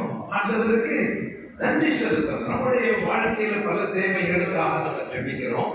நமக்கு ஆண்டவர் நன்மை செய்யும் பொழுது என்ன செய்யறோம்? சபையில வந்து அதற்காக நம்ம சாட்சி கூறி தேவனை மகிமைப்படுத்தி ஸ்தோத்திர காணிக்கைகளை செலுத்தி நாம் ஆண்டவரை மகிமைப்படுத்தும். அதே போல தேசத்தின் மீட்புக்காக மிஷனரி பணிக்காக ஜெபிக்கும் போது நம் மூலமாக இயேசுவை ஏற்றுக்கொண்டு வருகின்ற புதிய ஆத்துமாக்களுக்காக திருச்சபைகளுக்காக நாம் தேவனை ஸ்தோத்தரிக்க கடனாளிகளாக இருக்கிறோம் என்று சொல்றார். யோவான் தன்னுடைய முதலாவது நிருபத்தின் 4ஆம் அதிகாரத்துல 11வது வசனம், 1 யோவான் 4:11 இன்னொரு காரியத்திற்கும் நாம் கடனாளிகளாக இருக்கிறோம் என்று சொல்லி அவர் அங்கே சொல்கிறார். பிரியமானவர்களே, தேவன் இவ்விதமாய் நம்மிடத்தில் அன்பு கூர்ந்திருக்க நாமும் ஒருவரிடத்தில் ஒருவர் அன்பு கூற கடனாளிகளாய் இருக்கிறோம். யோவான் சொல்லும்போது என்ன சொல்றாரு? கடவுள் நம்மிடத்தில் அன்பு கூர்ந்திருக்கிறார். எப்படி அன்பு கூர்ந்திருக்கிறார்?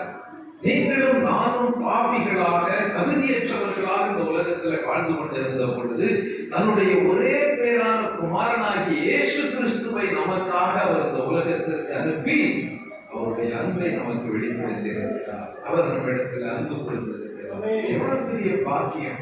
கடவுள் நமக்காக தன்னுடைய குமாரனையே கொடுத்திருக்கிறார். சொந்த குமாரன் என்று பாராமல் அவரை இவ்வளவாய் நமக்கு தந்தது, இவ்வளவாய் நம்மிடத்தில்.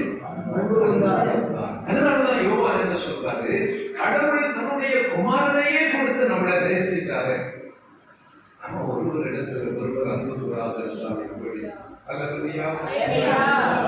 தேவ அன்பு என்பது தகுதியற்றவர்களுக்கு பாராட்டப்படுகிற அன்பு. யோவான் அவருடைய சுவிசேஷத்துல 15ஆம் அதிகாரத்துல சொல்லுவாரு, இந்த இயேசு கிறிஸ்து சொன்னதை பதிவு செய்திருக்கிறார், என்னுடைய அன்பிலே நிலைத்திருங்கள், உங்கள் சந்தோஷம் மிகுதியாக இருக்கும்படி இதை சொல்லுகிறேன் என்று இயேசு சொல்லியிருக்கிறார்.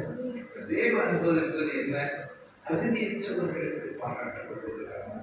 ஆண்டவருடைய பிள்ளைகளாக நீங்களும் நானும் இந்த உலகத்திலே வாழும்போது நாம் ஒருவரில் ஒருவர் அன்பு பாராட்டி வாழ நாம் அழைக்கப்பட்டிருக்கிறோம். நம்முடைய குடும்ப உறவுகளிலே, சபை உறவுகளிலே, நாம் வாழ்கின்ற சமூகத்தில் ஒருவரை ஒருவர் நேசித்து அன்பு பாராட்டி நாம் வாழ அழைக்கப்பட்டிருக்கிறோம்.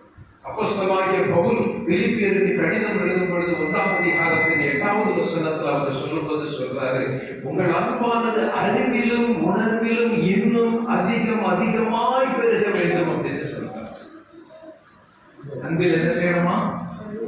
பெருக வேண்டும் அப்படின்னு சொல்றாரு. அப்படின்னா என்ன அர்த்தம்? 2024ஆம் ஆண்டில நாங்க ஒருவருக்கு ஒருவர் அன்பு பாராட்டினதை விட இன்னும் நாங்கள் வருகிற ஆண்டில் என்ன செய்யணும்? அதிக அன்போடு, தேசத்தோடு, ஒருமனதோடு நாங்கள் வாழ அழைக்கப்பட்டது. அது ஏன் பவுல் அன்பில பெருக வேண்டும் அப்படின்னு சொல்றார் அப்படின்னு சொன்னா, வேதம் சொல்லுகிறது கடைசி நாட்களில் குறைந்து போகிற ஒரு காரியம் இது. மீதி எல்லாம் குடிச்சே போகும். நீங்க போய் காய்கறி கடையில போய் பாருங்க, பெட்ரோல் டீசல் போய் போட்டு பாருங்க. வண்டிக்கு 1 மாசம் முன்னாடி 500 ரூபாய் நீங்க காய்கறி வாங்க, கிரோசரி வாங்க கொண்டு போனீங்கன்னா 1 வாரத்துக்கு வாங்கிட்டு வந்துடும். இப்போ 500 ரூபாய் கொண்டு போனீங்கன்னா காய்கறி, பருப்பு, அது இதெல்லாம் வாங்கினீங்கன்னா 3 நாளுக்கு தான் விலைவாசி கூடிக்கொண்டே போகிறது. துன்மார்க்கம் பெருகிக் கொண்டே போகிறது. உலகத்துல பாவம், அக்கிரமங்கள் பெருகிக் கொண்டே போகிறது. ஊழல், லட்சம் பெருகிக் கொண்டே போகிறது. வேதத்தின்படி ஒன்றே ஒன்றுதான் குறைந்து கொண்டே போகிறது. என்னது? கடைசி காலத்தில் அன்பு அழிந்து போகும். மனிதர்களுக்கு மத்தியிலே, குடும்ப உறவுகளுக்கு மத்தியிலே, சபை ஐக்கியங்களிலே, ஊழியங்களிலே குறைந்து போகிற ஒரே ஒரு காரியம் அன்பு. அதனாலதான் பவுல் சொல்றாரு, நீங்கள் அன்பிலே பெருகிக் கொண்டே இருக்க வேண்டும். அதற்கு நாம் கடனாளிகளாக இருக்கிறோம் என்று பவுல் சொல்லுகிறார். சொல்றாரு, ஒருவரில் ஒருவர் அன்பு கூட நாம் கடனாளிகளாக இருக்கிறோம். பவுல் ரோமருக்கு கடிதம் எழுதும் பொழுது 1ஆம் அதிகாரத்தின் 14வது வசனத்துல இன்னொரு கடனை குறித்து சொல்லுகிறார். ரோமர் 1:14 மற்ற அந்நியர்களுக்கும் ஞானிகளுக்கும் மூடருக்கும் நான் கடனாளியாய் இருக்கிறேன். பவுல் சொல்றாரு, நான் மூடருக்கு, கிரேக்கருக்கு, அந்நியருக்கு, மற்ற எல்லாருக்கும் நான் கடனாளியாக இருக்கிறேன். எப்ப சொல்றாரு? ரோமாபுரியிலே அவர் சிறையிருப்பில் இருக்கும்போது இதை சொல்றாரு.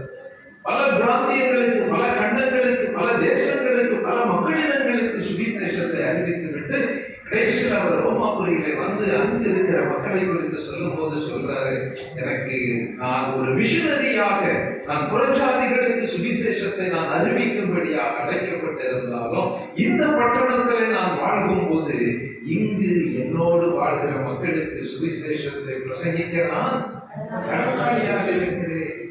சுவிசேஷத்தை பிரசங்கிப்பது என்பது மிஷனரிகளுக்கும், போதகர்களுக்கும், சுவிசேஷகர்களுக்கும் மட்டும் ஒப்புக் கொடுக்கப்பட்ட பணி கிடையாது. அது அவர்களுக்குரிய கடமை மட்டும் கிடையாது. ஆண்டவருடைய பிள்ளைகளாக இயேசுவை சொந்த ரட்சகராக ஏற்று விசுவாசித்து ஆராதிக்கின்ற ஒவ்வொருவருக்கும் மேலாக விழுந்த கடமை என்பதை நாம் மறந்துவிடக்கூடாது. வாழ்கிற இடத்திலே, நாம் பணி செய்கிற இடத்திலே, நாம் படிக்கின்ற இடங்களிலே, நாம் எங்கு வாழ அழைக்கப்பட்டிருக்கிறோமோ, கடவுள் எங்கு நம்மை வாழும்படியாக அழைத்திருக்கிறாரோ அந்த எல்லைகளிலே சுவிசேஷத்தை மற்றவர்களுக்கு அறிவிக்க நாம் கடனாளிகளாக இருக்கிறோம். பிஷப் ஆஸ்திரேலியாவை குறித்து நீங்கள் கேள்விப்பட்டிருக்கிறீர்கள். இந்தியாவினுடைய முதல் மிஷனரி பேராக தோர்னக்கல் என்கிற பகுதியிலே சென்று அநேக திருச்சபைகளை ஸ்தாபித்து ஒரு பெரிய பேராயத்தை உருவாக்கியிருந்தார். அவருடைய வாழ்க்கை சரிதையில தோர்னக்கல் பிராந்தியத்தில் திருச்சபை எப்படி வேகமாக வளர்ந்தது என்பதை குறித்து ஒரு குறிப்பு சொல்லப்பட்டிருக்கிறது. அவர் கிராமத்தில் இருந்து ஜனங்கள் இயேசுவை ஏற்றுக்கொண்டு திருமுழுக்கு பெறும் பொழுது திருமுழுக்கு பெற்ற அந்த சரீரம் முழுவதும் தண்ணீர் சொட்ட சொட்ட அவர்கள் நின்று கொண்டிருக்கும் போது அவர்களை அழைத்து வரிசையாக நிற்க வைப்பார். ஆடைகளை மாற்றக்கூட அனுமதிக்க மாட்டாராம். அவர் சொல்லுவார், நான் எல்லாரும் கையில் தூக்கி தலையில வைக்கிறது கையும் அப்படின்னு சொல்லுவார். அந்த புது விசுவாசிகள் திருமுழுக்கு பெற்ற அன்றைக்கு தலையில கை வைத்தோட சொல்லுவார், நான் சொல்ற மாதிரி எப்படியே நீங்க சொல்லிட்டு வரணும் அப்படின்னு சொல்லுவாரா தெரியுமா? இந்த சுவிசேஷத்தை, என்னை வாழ வைத்த இந்த சுவிசேஷத்தை நான் மற்றவர்களுக்கு அறிவியாக இருந்தால் எனக்கு ஐயோ அப்படின்னு சொல்லுவார். அந்த விசுவாசிகள் வீட்டுக்கு போயிட்டு அதற்கு அடுத்த வாரம் சபைக்கு ஆராதனைக்கு வரும் பொழுது தங்களுடைய கிராமத்தில் இருந்து ஒரு சிலரை அல்லது உறவு முறைகளில் ஒரு சிலரை அல்லது நண்பர்கள் மத்தியில் இருந்து ஒரு சிலரை உடன் அழைத்துக் கொண்டு ஆராதனைக்கு வருவார்கள். இயேசுவின் சுவிசேஷத்தை அவர்களுக்கு சொல்லி அவர்களையும் ஆராதனைக்கு பங்கெடுக்கும்படியாக அழைத்து. அப்படித்தான் அந்த பகுதியில திருச்சபைகள் வேகமாக வளர்ந்தது. ஜனங்கள் வந்திருந்தார்கள் என்று சரித்திரம் கொடுத்தது. எனக்கு அருமையான எங்களும் நானும் ஆண்டவர் நம்மை வாழ வைத்திருக்கின்ற அந்த பட்டணத்தில் எத்தனை பேருக்கு இயேசுவின் சுவிசேஷத்தை நாம் சொல்லியிருக்கிறோம்? இயேசுவினுடைய நற்செய்தியை மற்றவர்களுக்கு அறிவிப்பதற்கு நாம் என்ன முயற்சி செய்கிறோம்? சூழ்நிலத்தில் இருக்கிறவங்க, கஷ்டத்துல இருக்கிறவங்க, யாரோ ஒருவர் அவருடைய பிரச்சனையை சொல்றது இல்லம்மா, இயேசு உனக்கு உதவி செய்வார், இயேசுவை விசுவாசி, இயேசு சுகம் தருவார், இயேசு உன்னை ரட்சிப்பார், நம்முடைய சாட்சியை கூட சொல்லி ஏதாவது ஒரு வகையில இயேசுவினுடைய நற்செய்தியை மற்றவர்களுக்கு சொல்லுவதற்கு நாம் கடனாளிகளாக இருக்கிறோம். நம்மே விழுந்த கடமை என்பதை யோவான் தன்னுடைய 3வது நிருபத்தின் 8வது வசனத்திலே அவர் இன்னொரு கடனை குறித்து பேசுகிறார். 3 யோவான் 1:8. 3 யோவான் 1:8. சத்தியத்திற்கு உடன் வேலையாட்களாக இருக்கும்படி அப்படிப்பட்டவர்களை எப்படிப்பட்டவர்களை சேர்த்துக்கொள்ள கடனாளிகளாக இருக்கிறோம்? இந்த பகுதியை அந்த நிருபத்தை வீட்டில் போய் வாசிக்கவே அதிகாரம். காயு என்கிற ஒரு மனிதனுக்கு யோவான் இந்த நிருபத்தை எழுதுகிறார். காயு திருச்சபையில் உள்ள ஒரு சாதாரண விசுவாசி.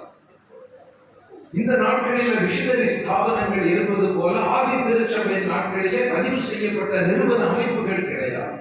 இப்ப எப்படி பிற மக்களினங்களுக்கு, பிற மொழி பேசுகிற மக்களுக்கு அப்போஸ்தலர்கள் சுவிசேஷத்தை கொண்டு போனாங்க? சுவிசேஷகர்கள் என்று அறியப்பட்ட மிஷனரிகளை பல பகுதிகளுக்கு, பிராந்தியங்களுக்கு அவங்க அனுப்பினாங்க. சகோதரர்கள் என்று அவர்கள் அழைக்கப்பட்டார்கள், சுவிசேஷகர்கள் என்று அழைக்கப்பட்டார்கள். அவர்கள் போய் எங்கெல்லாம் இயேசுவை விசுவாசித்த சில குடும்பங்கள் அல்லது சபைகள் இருந்ததோ அங்கு போய் அவர்களோடு தங்கியிருந்து அவர்களுடைய உதவியை பெற்று அவர்களோடு உண்டு தொடங்கி அந்த பகுதியில் உள்ள எல்லா கிராமங்களுக்கும் இயேசுவை அறிவித்து விட்டு மீண்டும் அப்போஸ்தலர்களிடத்துல வந்து எங்கெல்லாம் சபைகள் ஆரம்பிக்கப்பட்டது என்கிற செய்தி அவர்கள் சொல்வது. அப்படித்தான் எப்பாப்ரா பவுலிடத்திலிருந்து புறப்பட்டு சென்று கொலேசு பட்டணத்தில் சபையை ஸ்தாபிக்கிறார். மீண்டும் வந்து பவுலிடத்தில் சொல்லுகிறார், ஒரு சபை அங்கே உருவாக்கப்பட்டிருக்கிறது, நான் அங்கே சென்றேன், ஊழியம் செய்தேன். அதை சொல்ல உடனே பவுல் கொலேசு பட்டணத்திற்கு கடிதம் எழுதுகிறார். பவுல் ஒரு பொழுது கொலேசு பட்டணத்திற்கு விஜயம் சொல்லவே, ஆனால் அவர் எப்பாப்ரா மூலம் செய்திகளை கேட்டு அவர் எழுதுகிறார். அப்படித்தான் காயு என்கிற மனிதன் இங்கே ஒருவர் இருக்கிறார், ஒரு விசுவாசி. அவன் இப்படி சுவிசேஷத்தை அறிவிக்கும்படியாக வந்த அந்த மிஷனரி சகோதரர்களை தன்னுடைய வீட்டிலே ஏற்றுக்கொண்டு அவர்களுக்கு உபசரிப்பு செய்து அவர்கள் தங்க இடம் கொடுத்து உணவு கொடுத்து சுவிசேஷம் அநேகருக்கு பிரசங்கிக்கப்பட அவன் உதவி செய்கிறார். அப்பதான் அவர் சொல்றாரு, யோவான் சொல்றாரு, இதை செய்வதற்கு நாம் கடனாளிகளாக இருக்கிறோம். சுவிசேஷத்திற்காக புறப்பட்டு சென்றவர்கள், சுவிசேஷத்தை பிற எல்லைகளிலே பிரசங்கிக்கும்படியாக புறப்பட்டு சென்றவர்களை தாங்கி ஆதரிக்க நாம் கடனாளிகளாக இருக்கிறோம். இன்றைக்கு நம்ம அது ஒரு நிறுவனத்தின் சார்பாக அப்படி செய்வதை தான் நம்ம ஒரு இயக்கத்தின் மூலமாக, மிஷனரி ஸ்தாபனங்களின் மூலமாக அதை செய்து கொண்டிருக்கிறோம். அப்படி சுவிசேஷம் மற்ற எல்லைகளுக்கு கொண்டு செல்லப்படுவதற்கு உதவியாக இருந்ததுனாலதான் காய்வை பார்த்த 2வது வசனத்தில் அவர் சொல்றாரு, பிரியமானவனே உன்னுடைய ஆத்மா வாழ்வது போல யாருக்கு சொல்லப்பட்ட வாக்கு தத்துவம் தெரியுமா? இயேசுவினுடைய நற்செய்தி அறியப்படாத எல்லைகளிலே கொண்டு செல்லப்படுவதற்கு அந்த சுவிசேஷகர்களுக்கு ஆதரவாக அவர்களை தாங்கி ஆதரித்து ஜெபித்து தங்க வைத்து உறைவிடம் கொடுத்து உதவி செய்த ஒரு மனிதனுக்கு சொல்லப்பட்ட ஒரு வாக்கு. ஆத்மா வாழ்வது போல அநேக இல்லங்களில் அந்த வார்த்தையை வச்சிருக்கோம் இல்லையா? வீட்டுல நல்ல ஒரு போர்டுல நாற்பது பிரியமானவனை ஆத்மா வாழ்வது போல எல்லாவற்றிலும் அது எல்லாருக்கும் சொல்லப்பட்ட வாக்குத்தத்தை கேட்கிறாங்க. இயேசுவினுடைய நற்செய்தியை சுமந்து செல்லுகிறவர்களை தாங்கி ஆதரித்த ஒரு மனிதனுக்கு சொல்லப்பட்டவர்கள் நீங்களும் நானும். இன்றைக்கு அப்படி இயேசுவினுடைய இந்த சுத்தாந்த சுவிசேஷம் இந்த தேசத்திலே வாழுகின்ற அத்தனை மக்களுக்கும் சொல்லப்பட வேண்டும் என்ற பாரத்தோடு செபித்து கொடுத்து ஊழியர்களை தாங்கி அப்படி நாம் முயற்சி செய்வது நமக்கு சொல்லப்படுகிற அதே வார்த்தை என்ன தெரியுமா? பிரியமானவனே பிரியமானவர்களே ஆத்மா வாழ்வது போல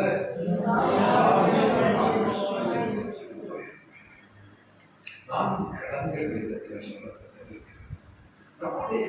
நம்முடைய பிரயாசங்களின் மூலமாக இயேசுவை ஏற்றுக்கொண்டு வருகின்ற திரள் கூட்டமான புது விசுவாசிகளுக்காக நாம் தேவனை ஸ்தோத்திரிக்க கடனாளிகளாக இருக்கிறோம். நாம் ஆண்டவருடைய பிள்ளைகளாக நாம் தேர்ந்தெடுக்கப்பட்டிருப்பதினாலே நாம் ஒருவரில் ஒருவர் அன்பு கூட நாம் கடனாளிகளாக இருக்கிற காரணம் பிதா அவருடைய குமாரனை நமக்காக கொடுத்து நம்மிடத்தில் அன்பு கூர்ந்திருக்கிறார். நாமும் ஒருவரிடத்தில் ஒருவர் அன்பு கூற கடனாளிகளாக இருக்கிறோம். சுவிசேஷத்தை நாம் வாழும் எல்லைகளிலே மற்றவர்களுக்கு அறிவிக்க நாம் கடனாளிகளாக இருக்கிறோம். சுவிசேஷத்தை சுமந்து சென்றவர்களை தாங்கி ஆதரிக்க கடனாளிகளாக நம்மை ஆவிக்குரிய கடன்கள் இந்த பண்டிகை கால நாட்கள் வருகின்ற புதிய ஆண்டின் நாட்களில் நிறைவேற்ற தேவன் நம்முடைய திருவை செய்வாராக. அப்படி நாம் நிறைவேற்றும் பொழுது நம்முடைய ஆத்மா வாழ்வது போல நாம் எல்லாவற்றிலும் வாழ்ந்து சுகித்திருக்க தேவன் உதவி செய்வார் என்பது எந்த சந்தேகம் இல்லை. அந்த கிருபை நம்முடைய திருச்சபைக்கு தேவன் வந்து நம்மை ஆசீர்வதிப்பாராக. மீண்டும் ஒரு சுவிசேஷ ஜெபக்குழுவின் மிஷினரி பணிக்காக, மிஷினரிகளுக்காக நீங்கள் ஏறெடுக்கிற செபங்கள், நீங்கள் கொடுக்கிற காணிக்கைகள், உங்களுடைய அன்பு, உங்களுடைய ஈடுபாடு, அதற்காக நாங்கள் ஆண்டவரை ஸ்தோத்திரிக்கிறோம். நாம் இணைந்து தேவராஜ்யத்தை இந்த தேசத்தில் வைக்கின்ற தேவன் நமக்கு முதல்ல அருள் புரிவாராக. ஆமென்.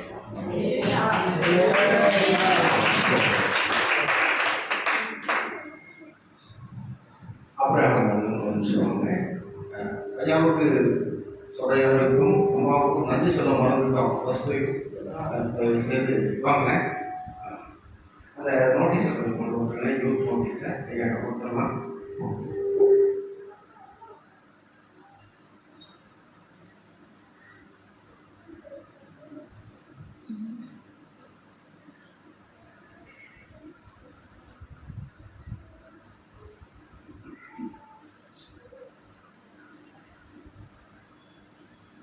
நம்முடைய போதகர் ஐயா அவர்கள்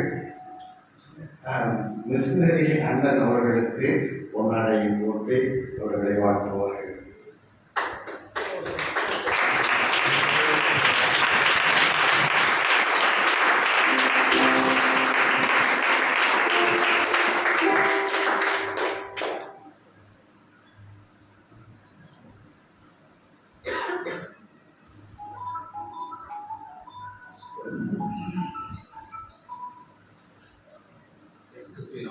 இந்த பரிசுத்த ஆராதனையில் பங்கேற்கக்கூடிய விசுவாச மக்கள் அனைவருக்கும்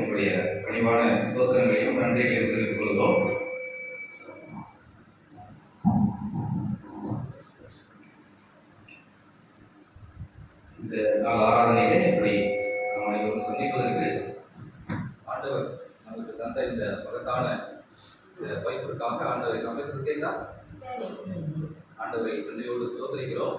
எல்லாரையும் பார்ப்பது மிகுந்த மகிழ்ச்சி தருகிறது. புதிய ஆலயத்தை ஆண்டவர் நமக்கு தந்திருக்கிறார். அதற்காகவும் ஆண்டவரை நன்றியோடு சோதரிக்கிறோம்.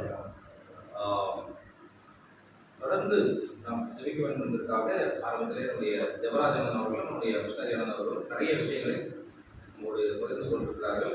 தொடர்ந்து இந்த ஊழியர்களுக்காக ஜெபிக்க வேண்டும். நாம் கூடி ஜெபிப்பதனால் மட்டும்தான் இந்த தேசத்தினுடைய தலையெழுத்தை நாம் மாற்ற முடியும். இன்றைக்கு நாம் அனுபவித்திருக்கக்கூடிய இந்த மத சுதந்திரமானது, இந்த சுவிசேஷத்திற்கான திறந்த வாசல் என்பது எவ்வளவு நாளைக்கு இது திறந்திருக்கும் என்று சொல்ல முடியாது. அப்படி மோசமான ஒரு நிகழ்வுகள் இன்றைக்கு இருக்கக்கூடிய ஆட்சியாளர்களால் வேகமாக அது கட்டி எழுப்பப்பட்டு கொண்டு வருகிறது. கூடிய விரைவில் அவர்கள் யூனிஃபார்ம் சிவில் கோடு என்று சொல்லக்கூடிய பொது சிவில் சட்டத்தை அவர்கள் கொண்டு வருவதற்கு தீவிரமாக முயற்சித்துக் கொண்டிருக்கிறார்கள். எல்லா மாநிலங்களுடைய ஆட்சி அதிகாரங்களை கைப்பற்றுவதும், கட்சிகளை உடைத்து அதிகாரங்களை கைப்பற்றுவதுமான வேலைகள் மோசமான அளவிலே அது அரங்கேற்றப்பட்டுக் கொண்டிருக்கிறது. அது எல்லாவற்றையும் மனதில் வைத்துக் கொள்வோம். தமிழகத்திற்கும் இப்படி இந்த சுவிசேஷத்திற்கான இந்த வாசல் எவ்வளவு தூரம் திறந்திருக்கும் என்று தெரியாது. ஒரு உதாரணம் சொல்கிறேன். நேற்று இரவு ஒரு நண்பர் ஒருவர் வேலூரிலிருந்து ஃபோன் பண்ணினார். அங்கே தென்னிந்திய திருச்சபையினுடைய ஒரு கிளை ஆலயமானது அங்கு துவங்கப்பட்டிருக்கிறது. சிஎஸ்ஐ நன்மைப்பூர் ஆலயம் என்று சொல்லி ஆன்லைனில் ஆலோசனைகளையும் அறிவுறுத்தல்களையும் கேட்டோம். கர்த்தருக்கு ஸ்தோத்திரம். இப்போது நாம் இந்த மிஷனரி ஊழியர்களுக்காக கொண்டு வந்த நற்பலன்களை கர்த்தருக்கு நாம் அனுபவமாய் செலுத்துவோம். கர்த்தர் நம்மை ஆசீர்வதிப்பார். இப்போது ஆவடிப்படி மாவட்டம் இப்போதைய டீம் ஒரு விசேஷ பாடலை பாடுவார்கள். கர்த்தருக்கு ஸ்தோத்திரம். உங்களை நான் வாழ்த்து வரவேற்கிறேன். ஆரோக்கியமான மூலமாக வருடம் நம்முடைய ஊழியத்திற்காக ஜெபிக்கிற, தாங்குகிற, உதவி செய்கிற, ஒத்துழைக்கிற உங்கள் அனைவருக்கும் நாங்கள் சபையாய் நன்றி உள்ளவர்களாய் காணப்படுகிறோம். ஸ்தோத்திரம். பாஸ்டர் தேவிக்குமார் அவர்களுக்கும் நன்றி செலுத்துகிறேன்.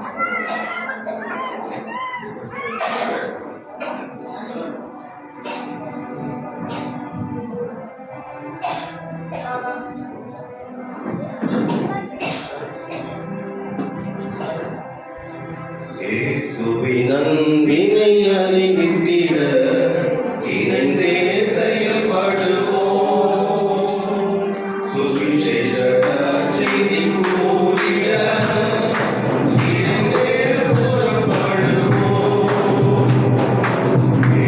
இயேசுவின் நன்பினை அறிவித்திட இணைந்தே செயல்படுவோம்.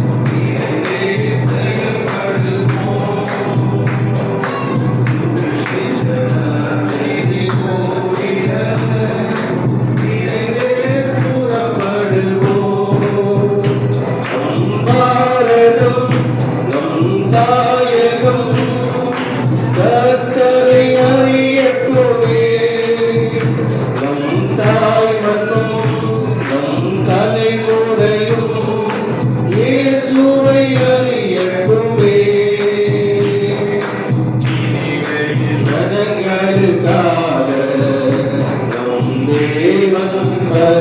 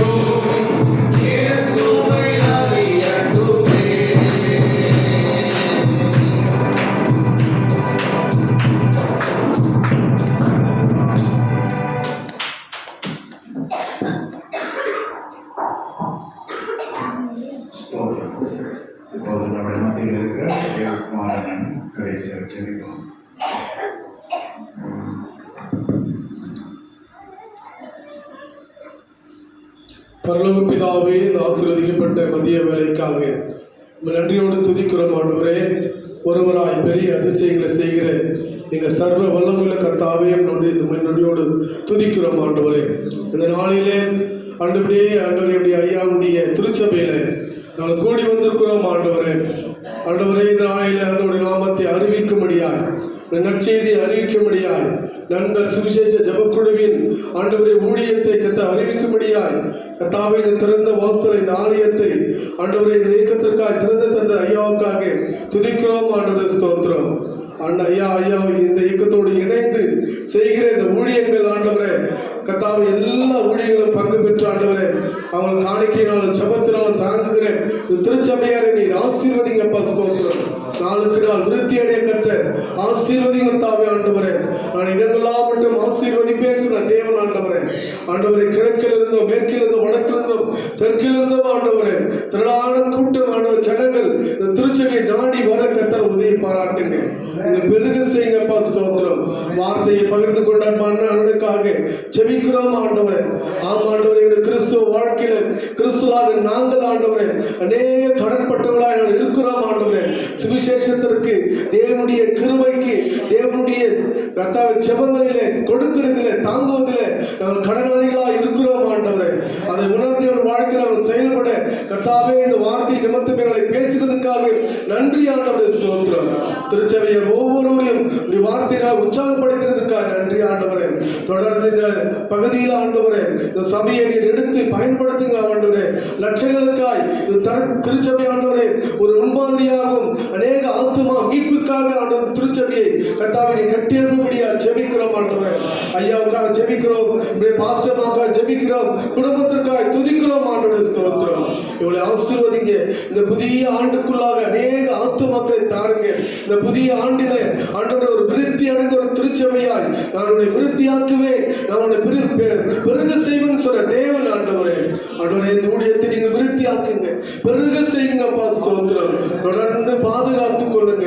இந்த நாட்களில் ஆண்டவரே உமக்காய் ஓடுகிற உங்க சுவிசேஷத்தை அறிவிக்கிற ஆண்டவரே உங்க திருச்சபைக்காக உங்க ஊழியர்களுக்காய் கொடுக்கிற திரளான ரட்சிக்கப்படாத ஜனங்களுக்காய் ஜெபிக்கிற ஒரு ஏவுதலையும் ஒரு ஆத்தும வானத்தை எங்களுக்குள்ளே தாரும். ஒவ்வொரு திருச்சபையில் அப்பேற்பட்டு கட்டாமே ஆண்டவரே எண்ணங்களிலும் இயக்கங்களையும் திருச்சபையோட எழுப்பதை கட்டணடியா ஜெபிக்கிறோம். தொடர்ந்து நண்பர் சுவிசேஷ ஜெபக்குழுவோடு இணைந்து ஆண்டவரே செயல்படுகிற திருச்சபைகளுக்காக நன்றி, போதகர்களுக்காக நன்றி, திருச்சபை ஆத்துமாக்களுக்காக நன்றி ஆண்டவரே. தொடர்ந்து ஆசீர்வதிப்பீராக. மாறாத கிருபை இந்த நாளில் கொடுத்த காணிக்கைகளை கட்ட ஆசீர்வதிப்பீராக ஆண்டவரே. நான் இடமுள்ளா மட்டும் ஆசீர்வதிக்கிற தேவன் ஆண்டவரே. ஆண்டவரை கொடுத்து அவர்களை ஆண்டவரை தாவீது சொல்லுமாய் கர்த்தாவை என்னுடைய கரங்களிலே பெற்று நான் உமக்கு தருகிறோம் என்று சொல்றது போல ஆண்டவரே. அம்மையா நீர் எங்கள் கைகளின் பிரயாசத்தை உறுதிப்படுத்துங்க.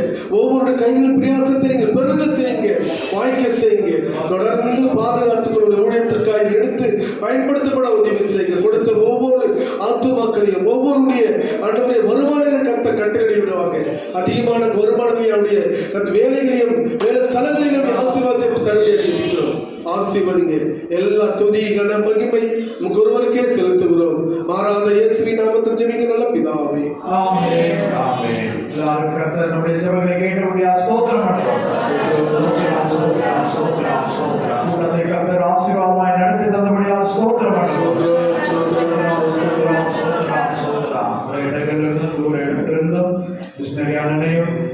ஆவடிப்பாடி மாவட்டத்தில் இந்த ஊழியத்தை தாங்குகிற ஜெபிக்கிற உழைக்கிற அருமையான அண்ணன்மார்களை கொண்டு வந்து பயன்படுத்தின தயவுக்காய் ஸ்தோத்திரம் பண்ணுவோம். எல்லா சிறியோர் பெரியோர் முதியோர் எல்லா விசுவாசிகளின் தேவகரங்களை அர்ப்பணித்து ஸ்தோத்திரம் பண்ணுவோம். 100 மடங்காய் ஆசீர்வதிக்கப்பட ஸ்தோத்திரம் பண்ணுவோம். எல்லாரும் சேர்ந்து சொல்வோம். முழு உலகையும் ஸ்தோத்திரம். என் ஆத்மாவே